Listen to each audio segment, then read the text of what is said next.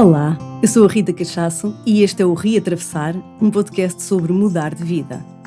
Nesta nova temporada, quero levar-vos ainda mais longe neste tema da mudança.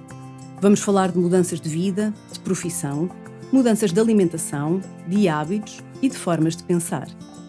Todas as semanas, partilho contigo histórias de pessoas que escolheram reatravessar uma e outra vez, sempre em direção a uma vida melhor, mais verdadeira e mais alinhada com a sua essência. Convido-te a reatravessar connosco.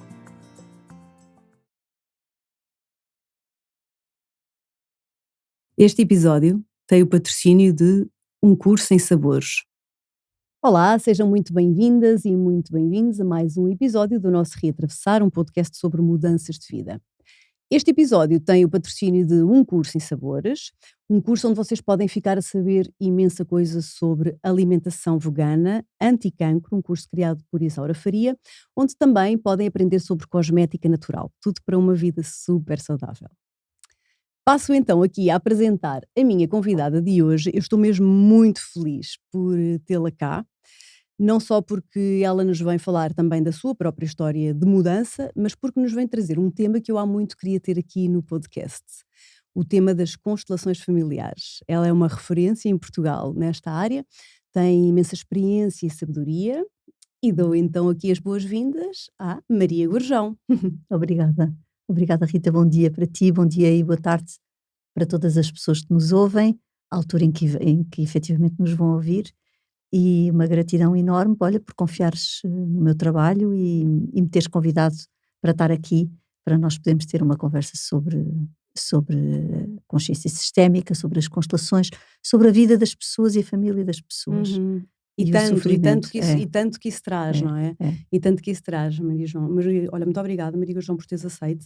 Quero, antes de mais, saber um bocadinho sobre ti, sobre a Maria João, sobre como é que foi a tua história, porque eu sei que tu trabalhavas na banca e hoje em dia não tem nada a ver, não é? E muitas das pessoas que seguem este podcast, elas também se inspiram muito na história aqui dos convidados que vêm, porque mostramos assim que é possível toda a gente seguir e, até como tu próprio dizes, muitas vezes ocupar o seu lugar, que eu estive a ouvir aqui algumas coisas tuas. E então, como é que foi o teu processo de mudança? Como é que isso aconteceu? Conta-nos um bocadinho. Olha, eu acho que o processo de mudança começou desde que eu nasci. Exato. Porque sempre quis ir à procura, sempre que senti que precisava de procurar alguma coisa fora de mim durante muito tempo, e isso fez-me procurar muita coisa, não é? Uma má aluna de liceu, onde nada previa quer dizer, não queria estudar, não gostava de estudar, achava que o estudo e a escola eram um pouco interessantes, as matérias eram um pouco interessantes, e portanto desmotivava-me completamente. O que eu gostava era de estar com as pessoas e de ir à escola, mas de conviver com as pessoas, mas a parte do ensino não me chamava a atenção. E portanto, desde aí os meus pais, coitados, tiveram imensa dificuldade comigo, porque os meus irmãos eram ótimos alunos e eu não. Depois disso a minha mãe já não sabia o que é que me havia de fazer, e a certa altura leva-me a um astrólogo, passei pela psicóloga, por nananã, e leva-me a um astrólogo. Que interessante. E quando eu tenho 14 anos, menos, nessa consulta do astrólogo, que era um astrólogo muito conhecido e muito bom da praça, ele diz à minha mãe: ela fará o que ela quiser, ela fará aquilo que ela quiser e vai fazer com certeza muita coisa, mas é quando ela se motivar. E eu saí dali e virei para a minha mãe e disse: mãe, vou tirar o curso de psicologia, depois vou ser astróloga e depois não sei, mas vou continuar. E a minha mãe disse: era o que mais faltava, não vais fazer nada disso, não tens notas. Pronto. E assim foi, de facto. Tirei o curso de psicologia, depois comecei a trabalhar na banca ainda a meio do curso, e portanto tirei o 3º, 4º e 5º ano de psicologia já a trabalhar. Trabalhava de noite, estudava de dia, e queria ser independente, queria começar a minha vida, enfim. E a partir daqui foi quando comecei a tirar boas notas. Portanto, começo a tirar ótimas notas quando começo a trabalhar, acabo o curso, acabo por ficar 15 anos na banca, mas muito divertida, foi uma experiência espetacular, porque eu de 2 em 2 anos mudava de função, e ao mudar de função eu tinha coisas novas, desafios novos, sempre ligada a pessoas. E, portanto, cheguei a trabalhava num banco, que era um banco de homens, onde não havia mulheres mesmo nos balcões. Então fui a primeira mulher a ir para os balcões para ver como é que reagia o mercado com uma mulher nos Uau! balcões. E logo a seguir eu engravidei, então já eram os clientes a dizer, ela já se percebe porque é que o engenheiro Jardim Gonçalves não põe mulheres no balcão, porque elas já estão grávidas, estava eu já gravidíssima. Exato. Pronto, da minha primeira filha. E, portanto, tenho 3 filhos, eu perdi um bebê entre as duas, Uhum. a mais velha e a mais nova, e depois comecei a sentir que de facto o banco tinha sido espetacular, porque fui super feliz, sempre, muito, muito, Foi uma muito boa feliz. experiência. Foi uma experiência muito boa, só que a certa altura comecei a sentir que essa experiência, que eu estava demasiado vulnerável às minhas mudanças de função de 2 em 2 anos, que dependia da qualidade do chefe. Ou seja, da capacidade ou não, ou da abertura que esse chefe tinha para me dar a liberdade de eu poder fazer as coisas. E, portanto, começo a sentir outra vez aquilo que eu já tinha sentido na escola, que é, estou num sítio, se eu tenho um chefe ou um professor bom, eu interesso-me pelas matérias. Se eu tenho um chefe ou um professor que é muito autoritário, no sentido de não me dar margem para eu poder fazer as coisas e poder descobrir as coisas à minha maneira, e aquilo era um inferno. Que para mim era um inferno. E, portanto, eu começo a perceber que de tantas mudanças que eu fazia, e a certa altura já era diretora de marketing de um dos bancos do grupo, etc., de tantas coisas que eu fazia, estava demasiado dependente da administração e do diretor-geral, que iria achar piada à minha maneira de ser e dar-me a liberdade que eu precisava para atuar. Comecei a sentir que estava demasiado na mão de alguma coisa que eu não dominava. Que era o ambiente do meu chefe, não é? Dos chefes que me calhavam na rifa. E pronto. Ou seja, e, portanto, que não era dependente de ti, não era, o teu crescimento. Exatamente, o meu crescimento não estava dependente de mim, estava dependente das idiosincrasias, que estamos sempre dependentes das idiosincrasias, como é óbvio. E comecei a sentir que tinha chegado a um time-out, sabes? Comecei a sentir que não. Eu já aprendi o que aprendi, tive um crescimento de carreira muito grande, era muito nova, já tinha muitas responsabilidades, tinha uma série de regalias por ser diretora do banco. Estavas bem, não é? Estava bem, e ninguém entendia como é que eu tanto tão bem com o carro da empresa, com não sei o quê, com não sei o que mais, eu de repente dizia, olha, não. Tinhas até um futuro mais promissor ainda, não é? Não só tinhas uma boa situação, como ainda tinhas um futuro de carreira. Tinha, mas dependente da qualidade das pessoas em quem eu iria ficar dependente delas. E isso mas não aos olhos fazia dos sentido. outros e da maioria estavas numa situação Completamente espetacular, não é? Foi um choque quando eu comecei a dizer vou-me embora. Claro. E foi um choque, porque as pessoas diziam, mas vai-se embora porquê? Vai-se embora, Exato. tipo, porque não... Sabes que é ver a médio prazo que não vai dar para eu crescer muito mais na experiência da minha própria vida. Mas tu já tinhas nessa altura já tinhas trabalho de desenvolvimento entretanto, pessoal? Sim, entretanto comecei a tirar... Porque isso é uma consciência que não é? Não é qualquer pessoa que toma essa consciência assim, Entretanto, fiquei sempre com o bichinho da astrologia, desde aquela experiência da minha adolescência. Exato. E comecei a estudar astrologia. Fiz o Reiki, o Karuna, xamanismo, toda a formação em xamanismo, enquanto há um determinado momento onde eu tenho uma grande crise. Essa parte é muito importante, que é quando eu perco o meu segundo filho. E, portanto, entro num processo de crise muito grande e de vazio enorme e de tristeza enorme. E percebo que o meu casamento, se calhar, está comprometido, percebo que a maneira como eu olho para o trabalho também começa a mudar. E, portanto, aqui é a crise dos 29 anos. Exato, das pessoas, exatamente, o retorno de Saturno, onde eu percebo que eu vou ter que fazer coisas. E, portanto, percebo também que não posso fazê-lo de um momento para o outro. Entretanto, a minha terceira filha nasce, a minha filha mais nova nasce, e eu percebo que tenho que me divorciar, que tenho que, se calhar, mais tarde sair do banco. Tenho uma visão clara de, a curto e médio prazo, eu vou ter que dar uma volta na minha vida. Porque não estou a viver da forma como eu quero, nem estou a viver adequada. É como se tu perguntasses a ti própria, a forma como tu estás a viver é adequada para ti? E a minha resposta do meu corpo e da minha alma era não. Embora eu fosse super contente e chegava e espalhava alegria e energia, mas eu estava aquém de mim própria. Era uma coisa mais profunda, não é? Era muito uma coisa profundo. mais profunda. E, portanto, fazemos o processo de separação, que foi super tranquilo e amigável e bonito, e portanto fazemos este processo de separação. Entretanto, passado 6 meses do processo de separação, entra uma nova pessoa na minha vida e pronto, e portanto de repente eu comecei a perceber que tinha que fazer as coisas, mas com calma, porque eu não ia de repente virar a minha vida ao contrário. Nós não podemos virar a nossa vida ao contrário sem ter o nosso adulto bem enraizado, no sentido de olhar para as coisas com um bom princípio da realidade e ver, olha, como é que eu faço para mudar? Se eu tenho casa própria, se não tenho, Claro, como é que eu vou viver, claro. como é que... Ter os pés na terra, não é? Exatamente, pronto. E muitas vezes eu vejo as pessoas mudarem de vida e quererem mudar de vida e estão a mudar por reação e não por ação. Estão a mudar porque estão mal e já não aguentam mais. Claro. E quando eu estou mal e já não aguento mais e mudo, o que vai acontecer é que eu vou criar na minha realidade todos os problemas de novo, os mesmos, porque eu estou a fugir deles. E aquilo que eu reprimo transforma-se no meu destino e o que eu resisto persiste. Portanto, não vale a pena eu querer mudar de vida porque já não aguento mais a vida anterior. Por fuga. E por reação.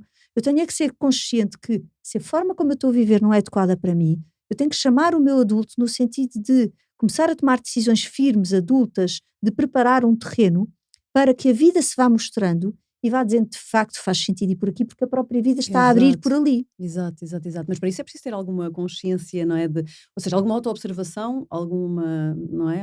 E a pessoa se conhecer a si própria um bocadinho. A si própria, claro. E pronto, portanto já tinha... Tu já tinhas isso, um bocadinho. Eu acho que não, é um caminho sem fim. Nos conhecermos a nós é um caminho sem fim. Quando tu pensas que 97% do que tu és é inconsciente, se houver dois sócios numa empresa, um deles tem 97% das cotas de empresa, obviamente que é esse que manda na empresa, não é? Exato. Portanto, não há dúvidas sobre isso. Nós temos que ser muito humildes no sentido de perceber que grande parte da energia que nos move, ela vem de um lugar inconsciente.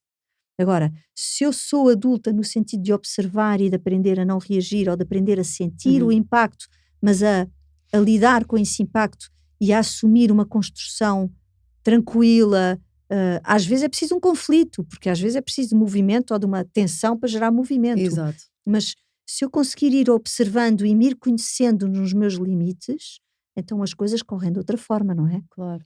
E pronto, e portanto eu saí e decidi que iria estar 2 anos, consegui sair com rescisão por mútuo acordo, que foi uma coisa muito importante, porque senão eu não podia sair, e decidi que iria estar 2 anos sem trabalhar, a fazer cursos. Fui para a Alemanha tirar os cursos com o Ellinger, para a Áustria, estive em não sei quantos congressos, portanto já tinhas, quando saíste, já tinhas interesse nas constelações familiares? Eu conheci as constelações e quando conheci as constelações foi uma sensação de está aqui.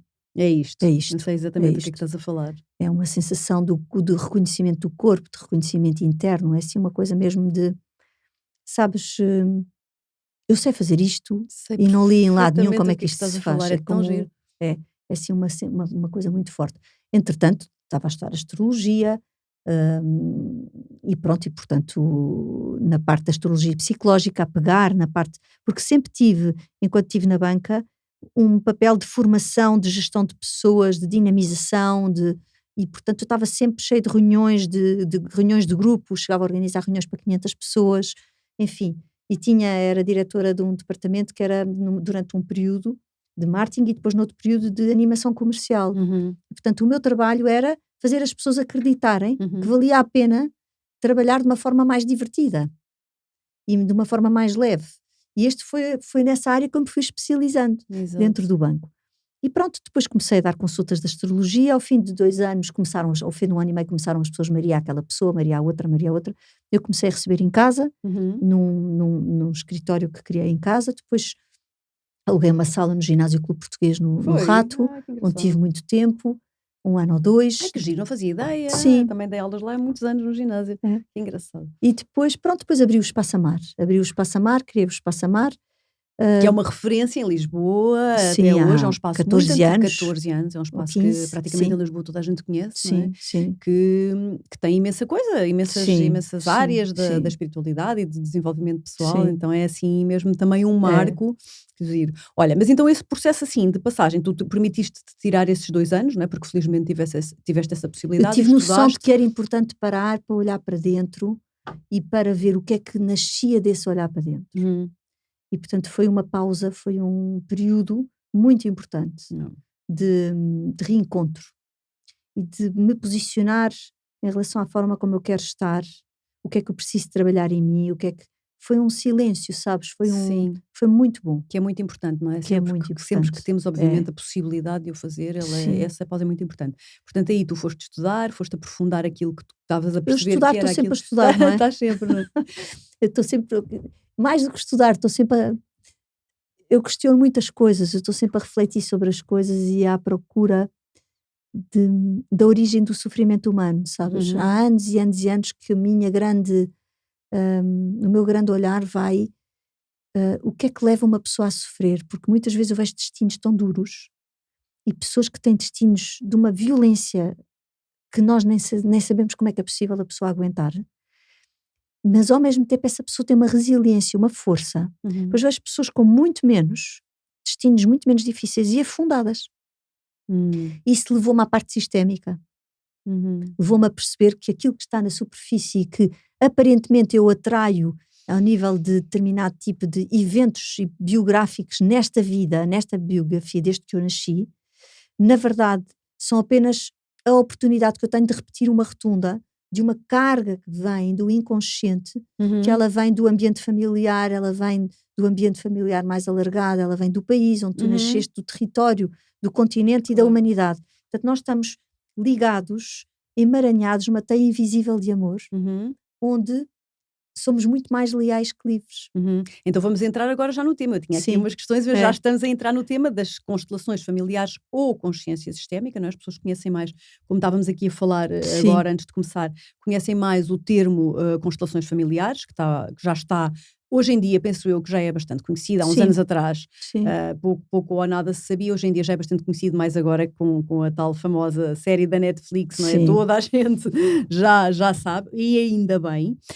Então, fala-nos um bocadinho, assim, se conseguires resumir, tu agora estavas a fazê-lo, mas o que é realmente isto da consciência sistémica e das constelações familiares? Sim. Como é que ela nasce dentro desta mudança? E eu já vou para lá, porque depois as pessoas ficamos no espaço-amar e as pessoas não percebem como é que o espaço-amar dá lugar à consciência sistémica, não é?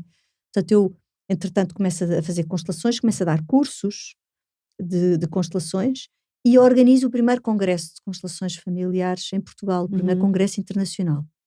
E daqui crio, então, dentro do Espaço-Amar, que é um espaço de cowork, crio uma nova empresa que se chama Consciência Sistémica.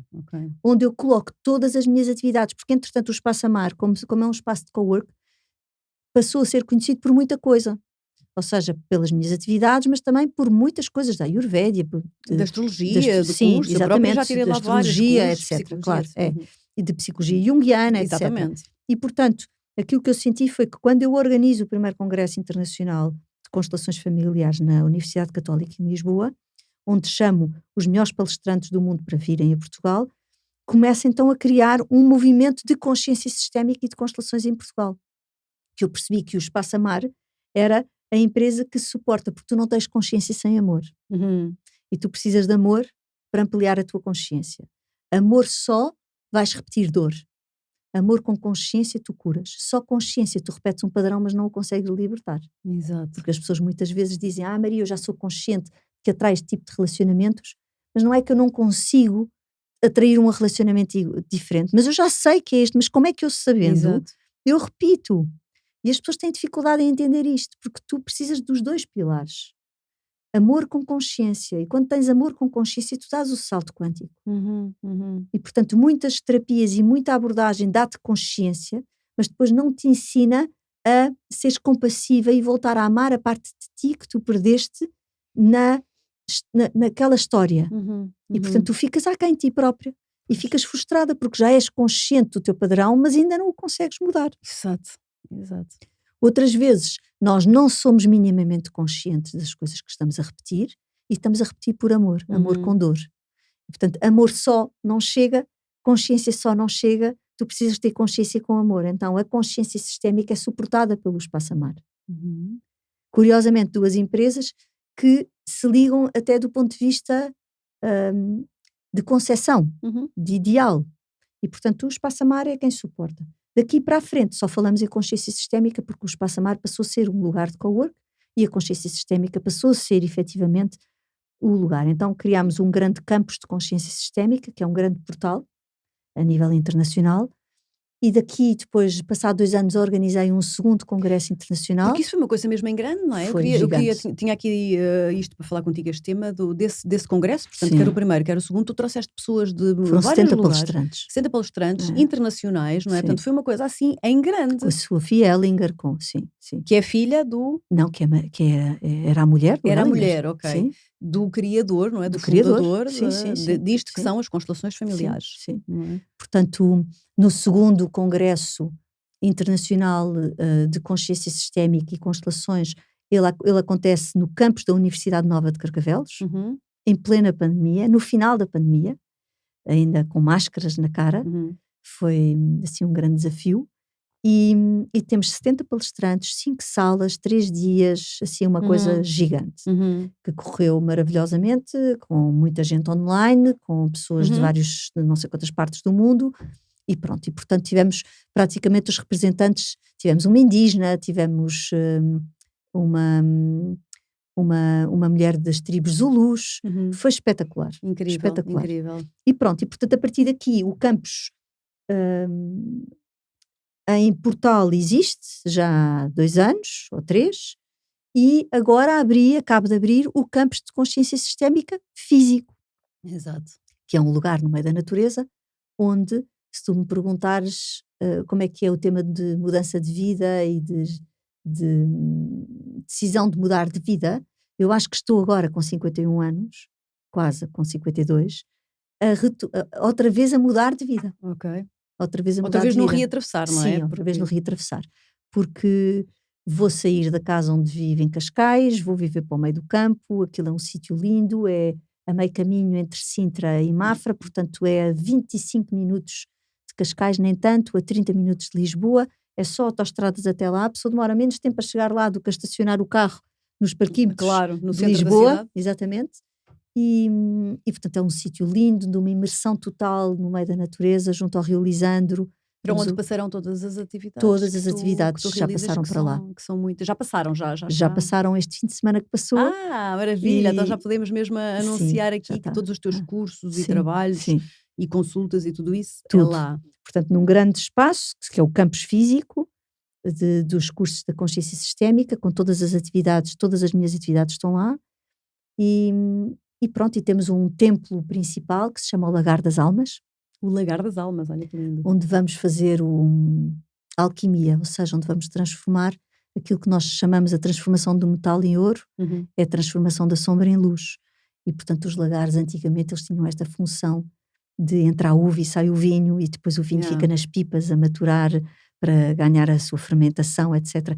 E todo esse processo, exatamente, todo esse processo simbólico vai ser vivido através dos cursos, com rituais iniciáticos, com passagens, com momentos que marcam as pessoas a nível de envolvimento na natureza.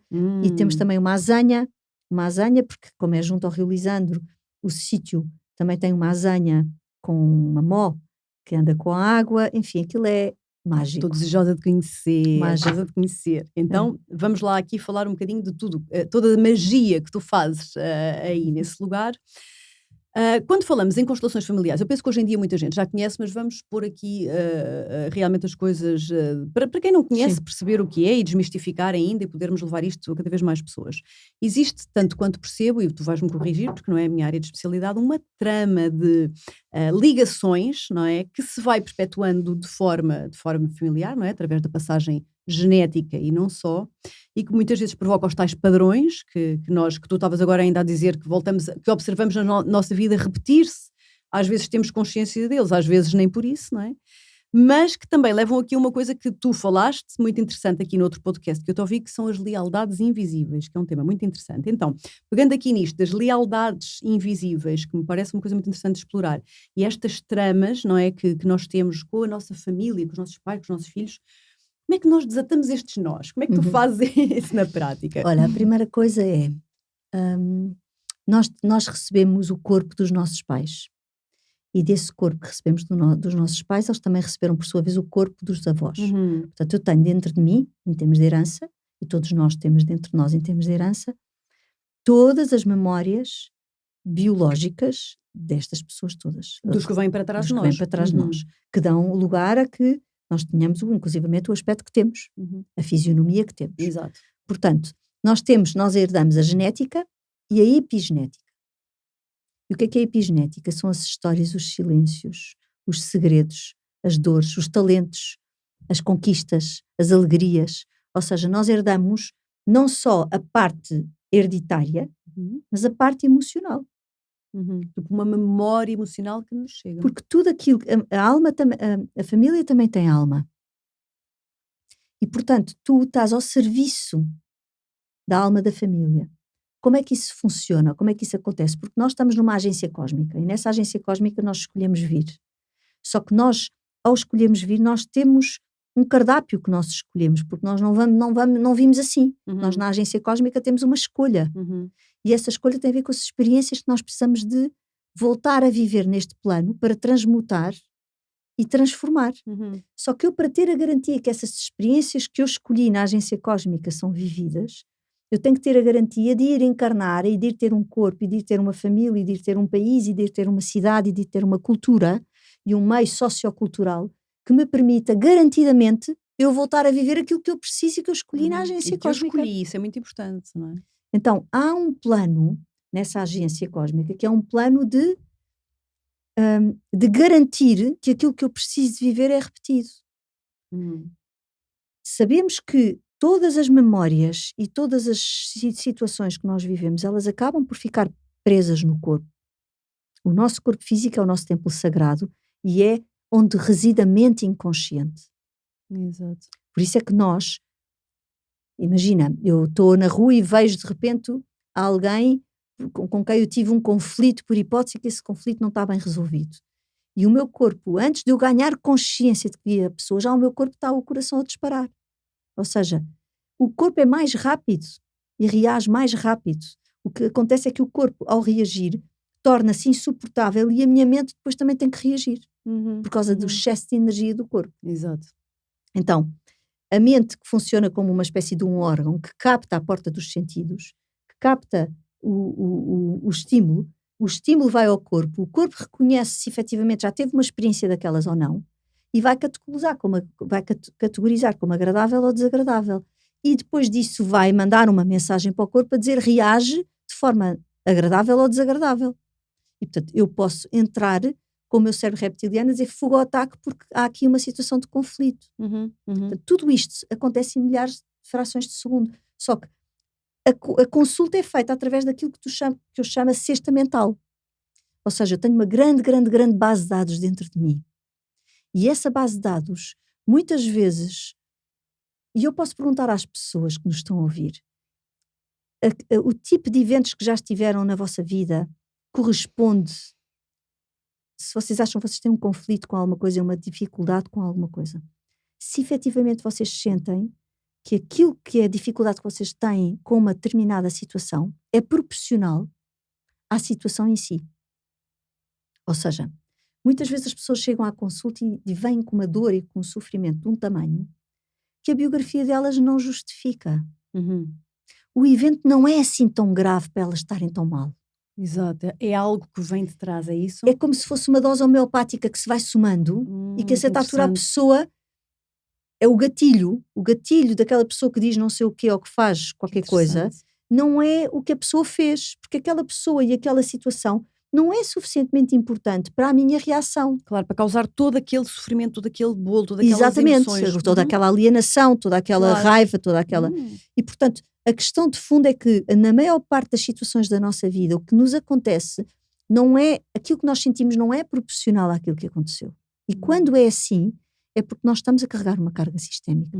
É porque isso vem de outro lugar, não é? Já está o copo cheio, ou já está seja, o copo cheio. Já está... Exato. A dor, imagina, dor de injustiça. Se todas as mulheres do clã sentiram injustiça ao longo de décadas, basta eu sentir um bocadinho de injustiça para eu sentir que tenho uma reação à injustiça, mas eu sou pequenina, eu ainda não tive experiências de injustiça suficientes para ter uma reação dessas a um nível tão adulto.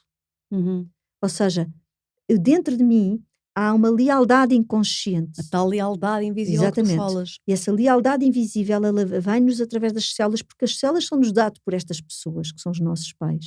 E, portanto, elas vêm com um pacote, e o pacote está lá toda a informação dentro. Aquilo que eles viveram, aquilo que eles não viveram, aquilo que eles silenciaram, aquilo que eles sofreram, aquilo que eles, as alegrias que tiveram, esse pacote entra e fica cá. E mal eu recebo um pequeno estímulo que seja, salta. Uau. Porque tudo está à espera. Claro que esse estímulo que eu recebo é como se fosse o estímulo que eu pedi na agência cósmica para receber. Lá em cima, antes de vir, não é? Eu sabia que ia ter que trabalhar esse tema. Porque repara, Rita, tu tens todas as experiências emocionais do clã inteiro dentro de ti. E não vais afundar em todas. Só algumas é que vão ser ativadas nesta vida. Portanto, nós podemos ter um mural de portas e elas estão todas fechadas. Só que de vez em quando as portas abrem. E abrem, muitas vezes, em função das idiosincrasias, ou seja, e essa é a parte espetacular das constelações, que é, tive uma vida saudável e uma vida impecável e não senti problemas de maior até aos 35 anos. Aos 35 anos, de repente, começa a ter uma angústia de morte, medo de guiar. Mas o que é que aconteceu? Então tu já guiavas. O que é que te aconteceu? Não sei, estou em pânico. Tu começas a ter medo de guiar. Isto estou a contar histórias reais. Vamos a ver. E uma avó teve um acidente de carro com 35 anos. Uau! E ela não abriu aquela porta até aos 34 anos, mas aos 34 anos e meio, como se começa a aproximar disso e está numa lealdade inconsciente à avó, porque tem uma relação profunda na agência cósmica, a frequência da avó é parecida com a dela e com as coisas que ela queria aprender, e de um dia para o outro, do nada, que não é nada, acorda aquela porta daquele conteúdo epigenético abre e a pessoa desata a ter um pânico de morrer, ou desata a ter medo de guiar, ou desata a ter medo de ficar viúva. Ou qualquer emoção ou senso de coisa que possa... E aqui estou a contar histórias reais. Sim, não é? claro, de pessoas que... Histórias reais que são às dezenas. Claro. E, portanto, o tema aqui é toda a memória que eu tenho do clã, ela vai acordando à medida que nós entramos numa concomitância de eventos parecidos com aqueles que os nossos antepassados viveram. Então, se eu entro num processo que é parecido com aquilo que os meus antepassados viveram, eu abro a porta e vem aquela informação toda, como se fosse real, porque o inconsciente é atemporal e está-se nas tintas para a realidade. Portanto, ele tem força suficiente para entrar por mim adentro, quer eu queira, quer não. Exato, exatamente. Porque ele diz, a partir de agora, eu mando, eu vou-te possuir neste sentido, eu vou assumir o comando da tua vida. E nós ficamos à mercê dessa onda emocional que extravasa completamente a nossa vida. Que é avassaladora e que não conseguimos muitas vezes sequer ter mão nisso. E, portanto, aqui a constelação familiar aparece-nos como uma excelente ferramenta para fazer brutal.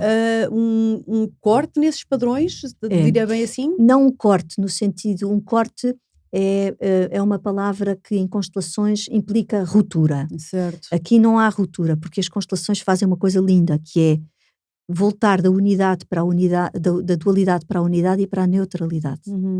E, portanto, tu nunca fazes um corte, o que tu fazes é um grande sim.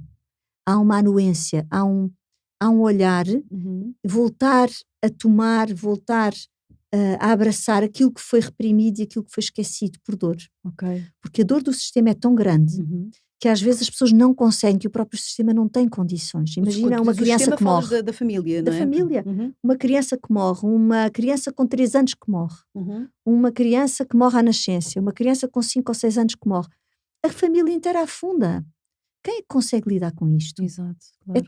A dor é tão grande que nós não conseguimos lidar com ela. Então, quando há uma interrupção do fluxo do amor, porque a dor é muito grande, é como se tivesse um grande rio que há uma grande comporta que fecha o fluxo do rio. Então daqui para a frente vai haver uma seca e daqui para trás vai haver uma acumulação de água. Como todos nós estamos ao serviço da mesma alma da família, vem alguém que nasce e que começa a entrar numa lealdade inconsciente a esta dor e a espiar esta dor e a trazê-la para a sua própria vida, na tentativa de voltar a abrir a comporta. Uau! Ou seja, o que nós estamos todos é ao serviço do amor, no sentido de ver o que é que eu posso fazer no meu clã, na minha geração, para reparar os destinos dos meus antepassados. Uhum. Quando esses destinos provocaram dor e dessa dor resultou que a vida dos descendentes, ou seja, todos os silêncios e tudo o que é reprimido na vida dos ascendentes, vai convocar a vida dos descendentes a repararem. Porque a alma a fonte continua a brotar água. Nunca vai deixar de brotar água. E a água vai pelo rio fora. E se ela é interrompida ou desviada, aquele rio nunca mais chega ao mar. Ou seja, ao amor ilimitado. Exato. De volta à fonte. E a água é o elemento, por natureza, que mais perfeito para nós entendermos isto, porque tem os estados todos, é líquido, é gasoso, é sólido. E portanto nós temos o gelo derrete e evapora, cai sobre a forma de precipitação e de chuva, mantendo os seus padrões dentro das moléculas da água. E portanto nós, enquanto processo de encarnação, temos o mesmo ciclo da água. Só que nesse ciclo também temos o ciclo do rio, ou seja, se a fonte que é o amor brota, e se eu faço parte deste rio que é esta família, o meu objetivo é que esta água deste rio possa chegar ao ilimitado, ao mar, onde ela se junta com a água toda do mundo, onde ela se junta com o amor ilimitado. E portanto todo este movimento do rio é um movimento essencial de nós percebermos agora, as comportas existem, mas os desvios do próprio rio existem, porque teve que se abrir um canal, porque não se conseguiu lidar com aquela dor e então abriu-se um canal e lá vai a água pelo lado para ir outra vez. E portanto todo o processo das constelações, elas obedecem a 3 leis essenciais, que é muito importante perceber. A ordem é que quem nasce primeiro dá a vida, quem nasce depois recebe a vida dos anteriores. E nós temos um problema grave na nossa sociedade de desrespeito da ordem e de arrogância e uma certa os filhos a quererem tomar conta dos pais, os filhos a quererem salvar os pais, porque a criança, por natureza, ela quer salvar, porque ela tem que garantir que os pais lá estão para ter amor, para poder crescer. Então a criança é sempre aquela que tem o mundo da criança, é o mundo da fantasia, é o mundo do ideal, onde eu vou ajudar a minha mãe, eu vou ser guarda-costas do meu pai, portanto há sempre, no desenvolvimento de uma criança, há sempre estádios onde a criança acredita que vai ajudar os pais. Nesse ajudar é um ajudar sistémico. E quando isso acontece, tu invertes a posição sistémica. E quando invertes a posição sistémica, é muito difícil o sistema ter equilíbrio e estar em paz. Isso até, digo eu, perpetua-se não só da criança, mas para adultos, não é? Andamos Exatamente. muitos de nós a querer salvar os pais ainda. Exatamente. Isso é porque nós continuamos adultos em forma, não é? Adultos em aspecto físico, mas crianças. mas completamente crianças, enquanto eu acho que o que há mais é crianças adultas. Isso é o que há mais por aí, ou seja, adultos em formas com uma criança desatinada dentro. Porque é tanta a forma como a educação, a maneira como nós nos temos educado e como temos educado os nossos filhos, estamos a pagar um preço muito alto por isso, sabes?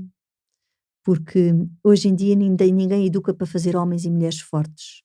Nós educamos para ajudar, educamos para proporcionar, e isso faz com que os nossos filhos não fiquem homens e mulheres fortes, capazes de ir para a vida, de definir coisas, de ir em frente, Claro. Nós estamos cada vez mais frágeis. Sim, e a própria sociedade e o próprio sistema social está montado não é propriamente para criar pessoas empoderadas e autorresponsáveis, não é? Pelo cada vez mais dependentes. Exatamente. Enfim, mais dependentes e tudo isso, enfim, olha, isto dava aqui Não, mas é isso mesmo. Então tens a primeira ordem, a primeira lei que é a ordem, a segunda tem a ver com o direito a pertencer, toda a gente tem o direito a pertencer, e quando tu és excluído, a tua parte psíquica vai viver isso como uma morte. Ok, a pertencer a uma família, a um grupo, a um clã, a algo, não é? Sentir-se, sentir que pertence. Imagina alguém que nos esteja a ouvir, se fizerem uma reunião no vosso local de trabalho e convocarem praticamente todo o vosso departamento e não vos convocarem a vocês, o que é que vocês vão pensar? Se calhar vou ser despedida. Pois, excluído. Excluído é igual à morte, porque nós temos muito mais memória da vida primitiva do que da vida moderna. E na vida mais primitiva, na vida onde nós não tínhamos casa, se alguém fosse excluído de uma tribo, porque o chefe da tribo tinha dito não te quero mais aqui, essa pessoa morria, ou era caçada pelos animais ou era caçada pela tribo sozinha vizinha. não sobrevivia. Sozinha não sobrevivia. Então o nosso instinto de exclusão vai buscar esta memória, que é uma memória primitiva, que ainda somos. Portanto, a exclusão implica o quê? O virar do barco, porque quando alguém é excluído, se essa pessoa faz parte da família, o barco vai tender a virar, porque imagina, excluído pode ser uma pessoa que morre e que a dor é tão grande que nós não queremos falar nisso. Então não querer falar de uma coisa é criar exclusão dessa pessoa. Vem alguém e vai ou repetir o destino dessa pessoa, ou ser super parecida com ela, obrigando o sistema inteiro a lidar com aquele conflito. Exatamente. Para quê? Para equilibrar o barco. Isto é lindo. É incrível. É lindo. E portanto, e o equilíbrio entre dar e receber. E o equilíbrio entre dar e receber tem a ver com a troca. Esse é o terceiro. É a terceira ordem. Eu costumo dizer que eu sinto uma quarta. E cada vez mais eu sinto mesmo que esta quarta é importantíssima, que é a lei do merecimento. Tu não podes construir felicidade em cima da infelicidade de outro ser vivo. Eu dou um exemplo. Se tens uma amiga que está deprimida ou mal ou triste e tu dizes, olha, vou tirar uma tarde para ir ter com ela. E nesse dia estás super contente, acabaste de comprar uma viagem dos teus sonhos, juntaste o dinheiro, conseguiste não sei o quê, então estás mesmo... Mas à medida que te vais aproximando do carro para ir ter com a tua amiga, ou da maneira como fores, o que tu vais começar a fazer é disfarçar o teu bem-estar. Porque se ela está mal, tu não vais chegar lá e dizer, acabei de comprar a viagem dos meus sonhos. Estou super bem, super feliz, Ela claro, com uma vibração totalmente diferente. Vai dizer, vieste gozar comigo, quer dizer, então mas vieste aqui para dizer que estás ótima. Tipo, na final vieste aqui, não és propriamente minha amiga, não estás a sentir o que eu estou a sentir. Então eu vou disfarçar o meu bem-estar para poder dar atenção a ela, cuidar dela, ela sentir-se apoiada. Então eu vou baixar a minha vibração. Agora, se tu fazes isto com uma amiga, imagina o que é que fazes com laços de sangue, do qual a tua vida depende dessas pessoas. Uau. Portanto, as lealdades inconscientes começam aqui. Isso é super importante, que estás a dizer. Então, é isto que te explica porque é que as pessoas dizem assim, eu ganho dinheiro, mas parece que tenho um furo no balde, vai tudo embora. As oportunidades parece que vão todas para o lado, quando eu as tenho, parece que cocrio um esquema e uma intensidade que vai tudo embora. Ou seja, nós temos tendência para boicotar a nossa vida. Porquê? Porque o inconsciente, que é 97% que manda aqui, está ao serviço do clã. E se há uma dor no clã de impossibilidade de uma determinada questão, eu não posso ir e assumir e abraçar essa questão na minha vida enquanto eu estiver em lealdade inconsciente a estas pessoas. E agora tu perguntas, então Maria, como é que isso se resolve? Não é? É o que as pessoas dizem. Resolve-se, entre outras coisas, fazendo uma constelação. Entre outras técnicas, também se podem resolver com outras técnicas. Aqui estamos a falar de constelações. Claro, eu também. E, portanto, nós precisamos de olhar para o clã, pôr uma pessoa para representar o clã, e eu lamentar aquela dor, reconhecer o tanto que fizeram para que a nossa família estivesse onde está e eu pudesse ter recebido a vida. Dizer também que, por mais que elas quisessem, ou eles, que no tempo em que viveram não era possível ter feito mais, não havia a consciência que há hoje. E o que fizeram foi imenso.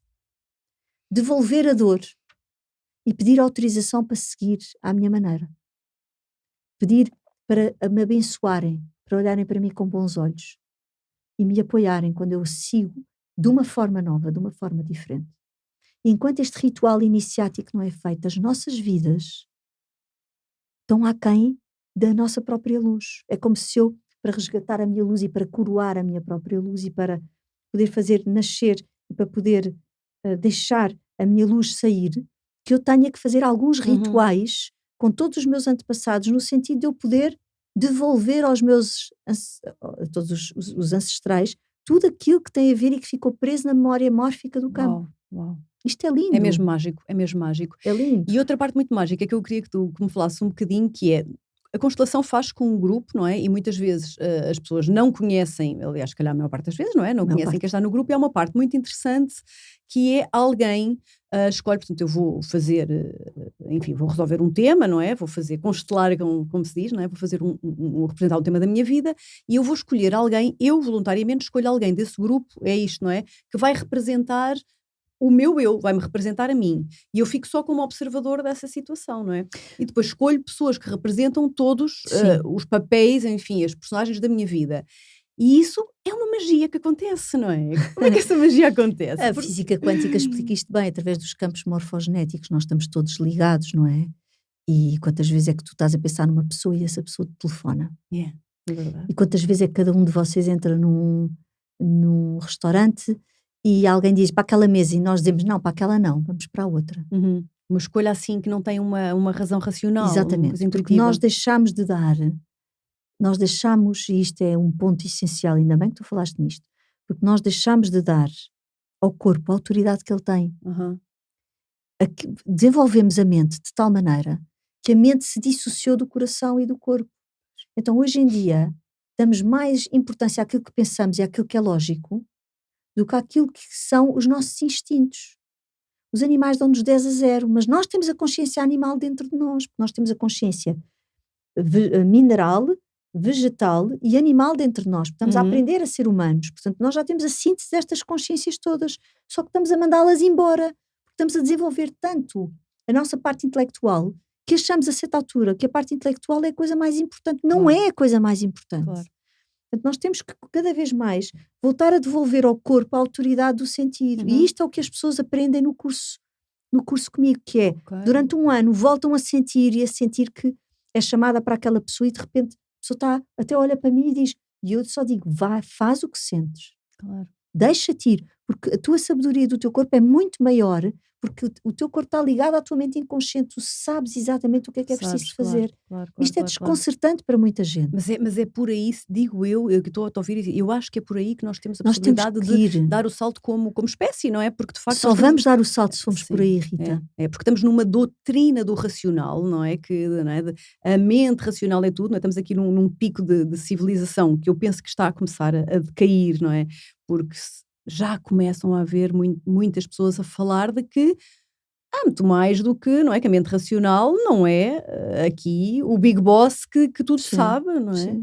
Então, não só o corpo, como tu estás a dizer, como até Sim. outras, Sim, não é? sim. Outras faculdades por explorar. do Outros ser. sentidos extrasensoriais, a claricensciência, a clarividência, a clariaudiência, todas essas portas extrasensoriais que nós temos que aprender. Portanto, quando alguém entra numa constelação, para voltar à tua questão, e diz a partir de agora tu és eu, a partir de agora tu és a minha sensação de injustiça, Uhum. o que vai acontecer primeiro é que essa pessoa que é escolhida, ela é escolhida porque a alma da pessoa que a vai escolher reconhece que há algo de essencial que as liga. Eu já cheguei a ter grupos de 50, 60, 70, 80, 100 pessoas. E há uma pessoa que se levanta e que estou-me a lembrar de um caso em concreto que é assim uma coisa avassaladora. Uhum. Estava a constelar uma pessoa cujo avô tinha assassinado a avó. Uhum. Assim, uma história Coisa bem pesada. forte. E estava um grupo inteiro. Estavam para aí umas 70 pessoas. Eu disse, vai buscar uma pessoa para ti. E ele deu a volta ao grupo e foi escolher uma pessoa. A única pessoa do grupo que tinha tido um assassinato dentro da família. É incrível. Até estou arrepiada, Portanto, é incrível. tu és escolhida, e mesmo a organização dos workshops é tão engraçado. A dança das cadeiras. Eu tenho todas as quintas-feiras, tenho os encontros de consciência sistémica, de manhã e à tarde, onde recebo pessoas e fazemos 13, 14 constelações num dia. E o grupo da manhã, de repente, é toda a gente com os mesmos temas. E o grupo da tarde é outros temas, mas é do mesmo dia, porque as pessoas, Sim. nós temos que perceber uma coisa muito, muito, muito, muito importante, é que nós somos energia. E a energia, ela é eletromagnética. E, portanto, o que é que acontece? Nós somos atraídos para a vibração que está na mesma frequência que nós. E, portanto, se eu escolher um grupo, não, naquele dia não posso porque, entretanto, tenho dentista. Há uma trama maior que está a conspirar para aquelas pessoas estarem juntas naquele dia. E aquelas pessoas têm todas a ver umas com as outras, porque senão também não estariam na mesma sala. Claro. Não se teriam atraído como limalhas para a mesma sala. Portanto, nós, quando somos empoderados de uma determinada função ou de uma determinada característica que alguém nos diz, a partir de agora tu és a minha sensação, acorda no meu inconsciente e no meu corpo essa frequência de vibração. E eu começo a sentir o que a pessoa sente. Ok. E isso é espetacular. Porquê? Porque o que me está velado, que é o meu inconsciente, que é como se fosse o que está debaixo desta mesa, é-me revelado em constelações. Porque tu em constelações trabalhas com os 4 níveis. O nível físico, libertando com catarses, com o nível emocional, onde tu entendes a razão de ser da tua emoção e da tua sensação e do teu sofrimento face às idiosincrasias do próprio sistema, porque nós temos tendência para olhar só para nós e para a nossa dor. E raramente conseguimos nos pôr como observadores e dizer, tá bem, eu tenho esta queixa com a minha mãe ou com o meu pai, e como é que eles se sentiram? E como é que eles viveram? E como é que eles foram educados? Qual é que foi o filme deles? Qual é não o filme deles? Exatamente. Como é que eu posso dizer que o meu pai não me deu amor e carinho se o meu pai esteve na guerra? Yeah. E teve traumas de guerra, ou passou fome em criança, ou com 7 ou 8 ou 9 anos veio para Lisboa com uma mão à frente e outra atrás, carregar caixotes numa mercearia. Isto é real. Claro. E portanto nós estamos tão centrados em nós e nas nossas dores que nem sequer temos em consideração a vida do outro e a razão de ser do outro. Eu recebo pessoas que eu fico às vezes muito impressionada porque as pessoas não sabem nada. Então como é que foi a vida da sua avó? Não faço ideia. Como você não faz ideia? Você não faz ideia do que é 25% do seu corpo? Você não conhece o seu corpo. Como é que eu posso conhecer o meu corpo se eu não conheço as histórias da minha mãe, da minha avó, das minhas tias, das minhas bisavós? Eu preciso conhecer esta gente toda e as histórias e a forma como viveram para entender o que se passa dentro do meu corpo. E então, depois desse entendimento, poder devolver, poder amar, poder reconhecer, poder honrar, poder baixar a cabeça numa atitude de humildade e dizer, vocês foram incríveis no tempo em que viveram. O que vocês fizeram foi muito grande. E o que vocês suportaram ainda foi maior. Para que eu possa, estou arrepiada a dizer isto, para que eu possa, nesse baixar da cabeça e nessa humildade e gratidão, tomar a vida por inteiro. Porque a vida que eu tenho, que é este corpo, ela tem todas estas pessoas dentro de mim. Então, se eu não as tomo dentro de mim, ou se eu estou contra uma delas, eu estou em autoimunidade, eu estou contra mim própria. Então isto devia ser ensinado nas escolas, Sim, sabes? devia. E isso até é um tema que eu tenho aqui. Eu tenho tantos temas para falar contigo, não sei se vou conseguir falar de todos. Que é exatamente isso. Portanto, isto seria altamente impactante se fosse aplicado na educação. E vai ser. Desde cedo, e vai ser. Vai ser eu tenho um projeto, sim. Nós temos um projeto de entrar. Antes da pandemia já tinha um protocolo com uma escola que depois, com a pandemia, ficou fechado. Mas nós temos que rapidamente voltar. Portanto, a consciência sistémica em Portugal, a consciência sistémica é esta consciência que eu estou a falar agora.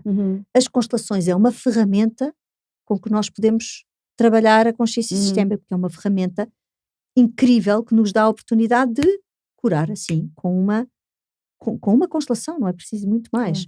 Agora, também não estou com isto a dizer que vamos nos todos curar através das constelações. Atenção, temos que ter bom senso, não é? Há muitos caminhos e há muitas coisas. Exatamente. Não é? E toda a medicina, as doenças, etc., a parte da medicina tem que acompanhar, eu tenho que ter o meu adulto bem estruturado no sentido de acompanhar as coisas com várias técnicas que me permitam trabalhar em conjunto, não é?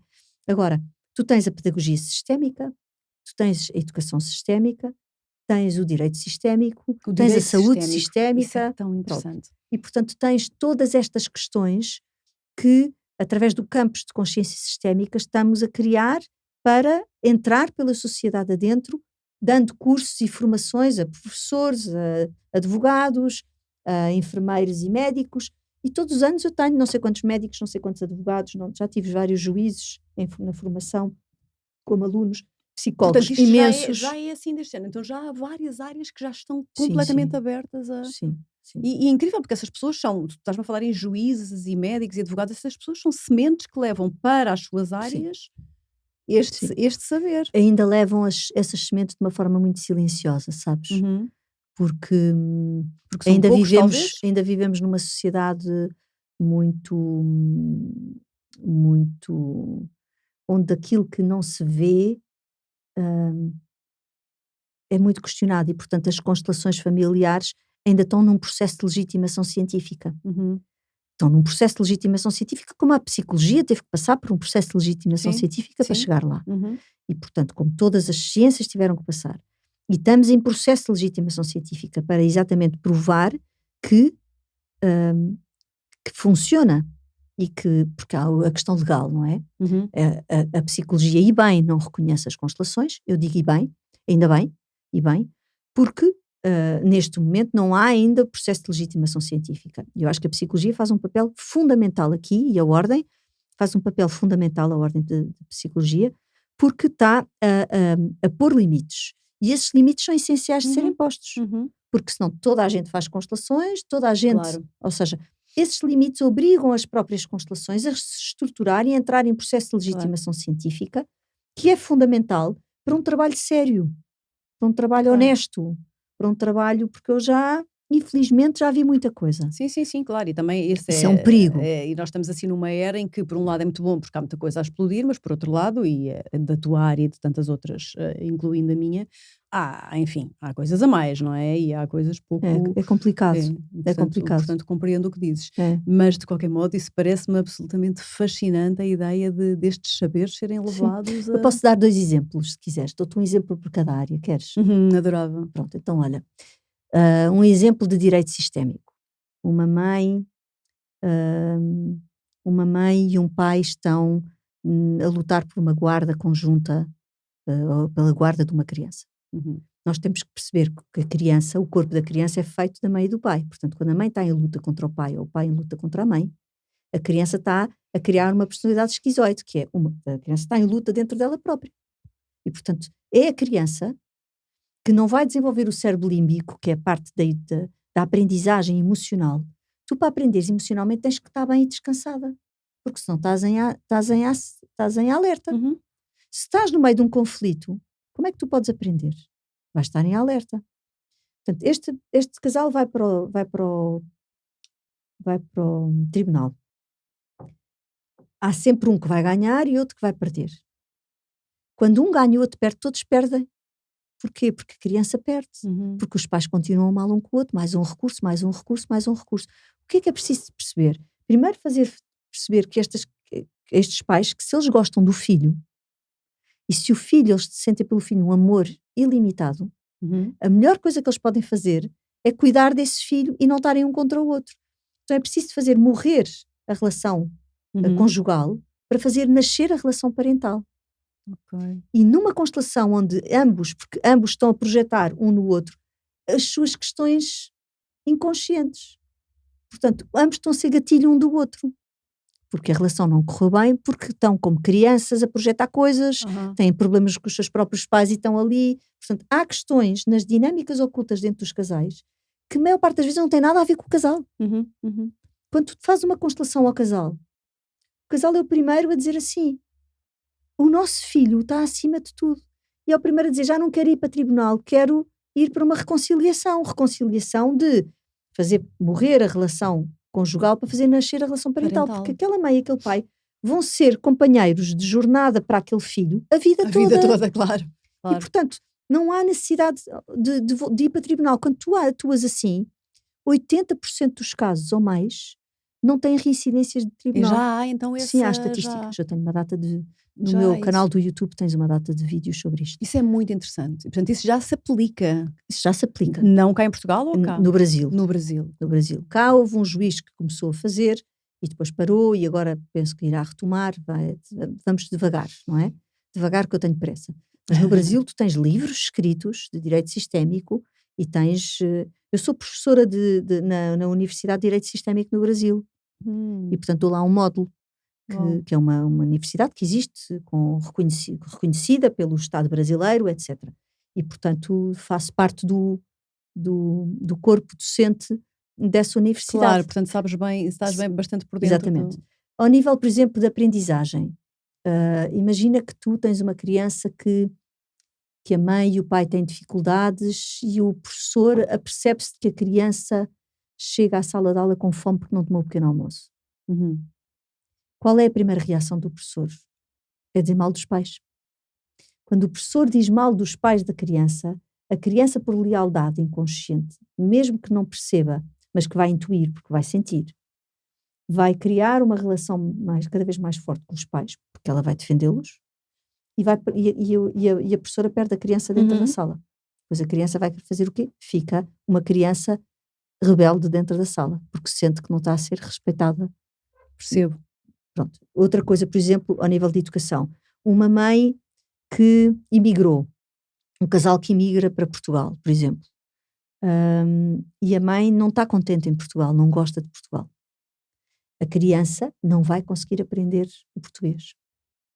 Porque por lealdade à mãe vai ter dificuldades com a aprendizagem. Por exemplo, as crianças que têm dificuldade em português estão muito ligadas a lealdades à mãe. As crianças que têm tudo o que tem a ver com matemática, química, aliás, física, química tem mais a ver com a mãe, está ligado ao pai. Uma criança que gosta de ir à escola, mas não gosta da professora e não gosta das salas de aula, tem problemas com a mãe, que era o meu caso na minha adolescência. Crianças dizem, detesto a escola, não quero ir à escola. A criança está a gritar, a dizer, eu estou em conflito com o meu pai. Mil coisas a partir daqui. Que riqueza, não é? Que riqueza que temos aqui para... Sim. Agora, por exemplo, ao nível da saúde, só para o último exemplo, porque já dei o exemplo da parte de direito, dei o exemplo da parte educacional, posso dar o exemplo da saúde. Imagina que há uma avó que foi obrigada a casar e ter muitos filhos.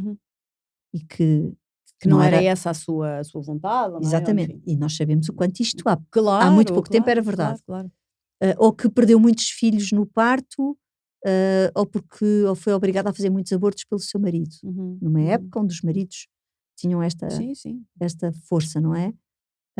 Vem uma neta e tem endometriose. O que é endometriose? É uma resposta biológica.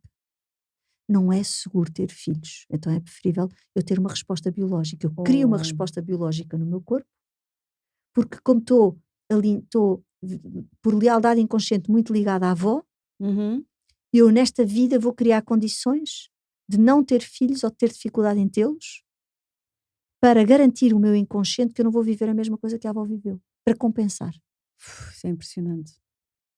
É mesmo incrível. Imagina a quantidade de casos que tu já observaste e a experiência que tens. É uma área mesmo que espero que ressoe aqui nas pessoas que estão a ouvir o podcast, porque pode realmente ajudar mesmo muita gente, quem faz as suas constelações, quem participa. Enfim, olha, estou ainda com mais curiosidade para aprender.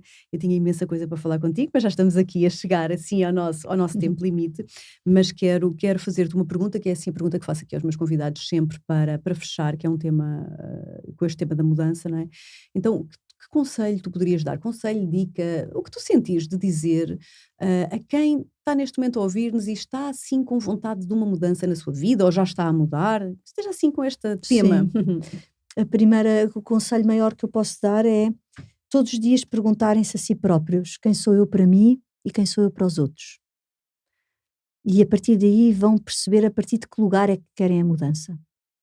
Porque quando a mudança é por reconhecimento, para mais dinheiro, para mais isto, para mais aquilo, eu continuo fora.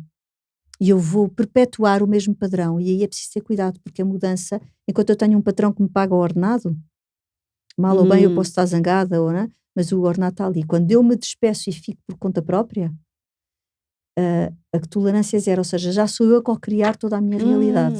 E já não tenho rede por baixo. E vejo muita gente sempre a querer esta questão. Portanto, ser terapeuta, que é assim uma coisa que toda a gente quer ser hoje em dia quase, e muita gente quer mudar de vida porque quer ajudar os outros e quer fazer, etc. Esta pergunta, quem sou eu para mim e quem sou eu para os outros, vai determinar a partir de que lugar é que eu quero ajudar os outros. Se eu quero ajudar os outros porque na verdade não me estou a ajudar a mim. Ou seja, a resposta a quem sou eu para mim tem que ser uma resposta que eu tenho e que pratico todos os dias. Caso contrário, a mudança é perigosa. Claro. Porque eu não estou a mudar por ação, eu estou a mudar por reação. Que era aquilo que tu falavas. Ou seja, é o meu inconsciente que quer coisas novas e eu tenho é que trabalhar o meu inconsciente primeiro para aprender a estar comigo e depois então criar uma nova realidade a partir do meu adulto. Exatamente. E esta é uma questão que eu vejo muitas vezes, mas muitas vezes, Rita, muitas vezes. Acredito. E fico sempre um bocadinho apreensiva, porque as pessoas não refletem pouco. Hoje em dia há uma crise de profundidade. É verdade. As pessoas não refletem profundamente nas coisas. Concordas comigo então que o conhecimento pessoal, o autoconhecimento é a base para o que quer que seja, não é? E se queremos mudar, então isto tem mesmo que estar aqui presente. Pedir ajuda, frequentar, Claro. enfim, tudo, não é? Pessoas que nos possam ajudar, que nos possam ajudar às vezes a olhar Sim, para nós, em fases que nós não somos capazes de nos vermos, não é? Na porque a nossa única coisa totalidade. permanente que tu tens na vida é a companhia de ti própria.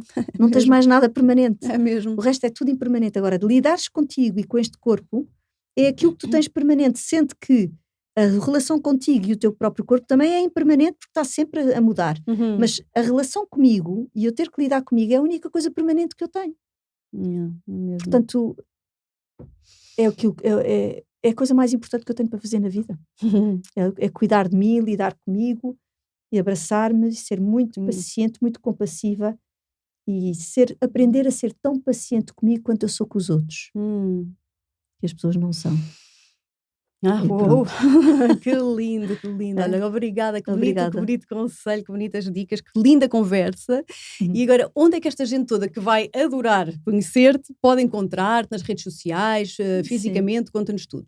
Então, as redes sociais é maria.gurjão.h, é o teu nome? é o meu nome, ou então através da conscienciasistémica.global. Tens também um O site www.conscienciasistémica.pt. Ok. É tudo consciência sistémica, é super simples. Consciência sistémica, ou então o teu nome e vão encontrar-te. E pronto, e através das minhas redes eu estou sempre a pôr conteúdos, filmes, vídeos, sou bastante ativa. O YouTube tem muita coisa interessante. Tem muita coisa, o YouTube chama-se Maria Gurjão Henriques e Consciência Sistémica. E portanto tem centenas de vídeos que podem ver, muitos conteúdos gratuitos que podem ver.